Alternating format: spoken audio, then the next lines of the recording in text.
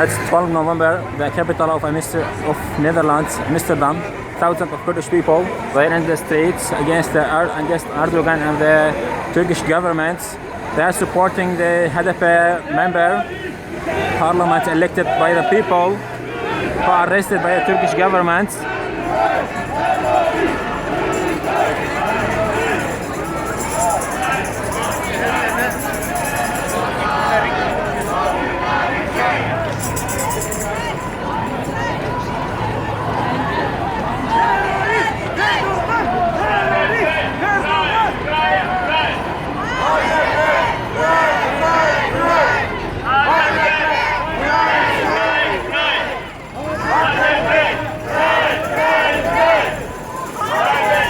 Also, they are supporting the Kurdish fighters in Rojava, northern of Syria, and also the Kurdish Kurdistan Iraqi region.